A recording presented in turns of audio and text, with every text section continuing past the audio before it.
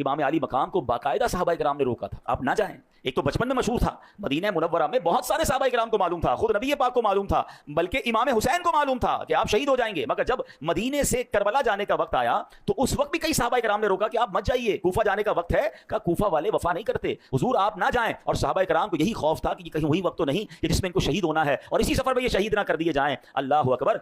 इमाम हुसैन के दो जवाब हुआ करते थे। एक बात बहुत क्लियरली सुन लीजिए, अनफॉर्चुनेटली सोशल मीडिया की वजह से अब ऐसे लोग भी आ गए मादअल्लाह जो इस अजीम वाक़े को, इस अजीम कुर्बानी को दूसरा रंग देते हैं कि नहीं जनाब ये तो इक़्तिदार की जंग थी, मादअल्लाह इमाम हुसैन को जनाब हुकूमत चाहिए थी। अस्तग़फिरुल्लाह, ये बहुत बड़ा इल्जाम है। इमाम हुसैन तो पहले ही जिसको कहें बादशाहों वाली लाइफ थी उनकी, हर बंदा आपसे मोहब्बत करता था, बड़े बड़े हुक्मरान आकर आपको वज़ाइफ पेश करते थे और नबी पाक के मदीने में रह रहे थे। उनको क्या जरूरत था मदीना छोड़कर करबला जाने का या कूफा जाने का। जनाब इमाम हुसैन कहा करते कि मुझे कूफा वालों ने खत लिखे हैं, वो मुझे बार बार ये खत लिखकर बुला रहे हैं कि या इमाम आप तशरीफ लाइए, हम यजीद की बैत नहीं करना चाहते, आप आ जाएं, हम आपकी बैत करना चाहते हैं। इमाम हुसैन फरमाया करते अगर आज मैं कूफा ना गया तो ये कूफा वाले क़यामत के दिन अल्लाह की बारगाह में अर्ज करेंगे मौला हम तो यजीद की बैत नहीं करना चाहते थे, हम तो इमाम हुसैन को बुलाते रहे, वो तशरीफ ना लाए, हम उनकी बैत ना कर सके। ये दीनी जिम्मेदारी थी, ये उनका दर्द था जो इमाम हुसैन वहां पर गए। तो याद रखिए, आप जंग लड़ने नहीं, आप इक़्तिदार लेने नहीं, आप तो इस्लाम की दावत और नेकी की दावत देने गए थे। अरे कोई लड़ाई करने अपने बीवी बच्चों को लेकर जाता है, कोई 6 महीने के अली असगर रज़ी अल्लाह तआला को लेकर जाता है। आप तो दावत पर गए थे, बुलावे पर गए थे। अच्छा जब सहाबा किराम आपको इंटरसेप्ट कर रहे थे ना कि ना जाएं, आप ना जाएं, वहां मामलात अच्छे नहीं है, तो इमाम हुसैन ने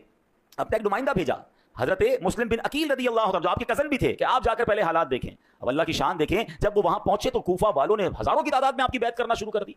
everybody come and join him. आप तो बहुत खुश हुए कि इतनी इज्जत दे रहे हैं, सारे यजीद के खिलाफ हैं, सारे इमाम हुसैन के चाहने वाले हैं। तो उन्होंने इमाम हुसैन को लेटर लिख दिया कि हुजूर अब आप आ जाएं कूफा, यहाँ तो मामला बड़ा अच्छा है।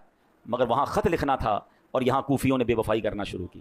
अब इब्ने ज़ियाद ने उन कूफा वालों को डराया कि ये तुम क्या कर रहे हो, अगर तुमने यजीद के खिलाफ जाना शुरू किया तो मैं तुम्हें तबाह कर दूंगा, तुम्हारी प्रॉपर्टी जब्त कर दूंगा, तुम्हारे लोगों को कत्ल कर दूंगा। एक एक करके लोग दूर होते गए। हजरत मुस्लिम बिन अकील के पास कोई नहीं था, मगर आपके वो तारीखी जुमले थे। आप कहते हैं मुझे अपनी जान की परवाह नहीं है, मुझे इमाम हुसैन की फिक्र है कि मेरा खत लिखने की वजह से वो मदीना मुनव्वरा से मक्का और अब मक्का से कूफा के लिए रवाना हो चुके होंगे। बहरहाल सहाबा किराम फिर भी रोकते रहे। तो इमाम हुसैन का तारीखी जवाब सुनिएगा। आप फरमाते हैं कि मुझे ख्वाब में मेरे नाना जान की ज़ियारत हुई है और मेरे आका ने मुझे एक जिम्मेदारी सौंपी है, मैं ये जिम्मेदारी ज़रूर निभाऊंगा। अर्ज़ किया कि हुजूर वो ख्वाब में क्या जिम्मेदारी दी गई है? तो हज़रत इमाम हुसैन फरमाते हैं ये वो राज है जो मैं जीते जी किसी को नहीं बताऊंगा।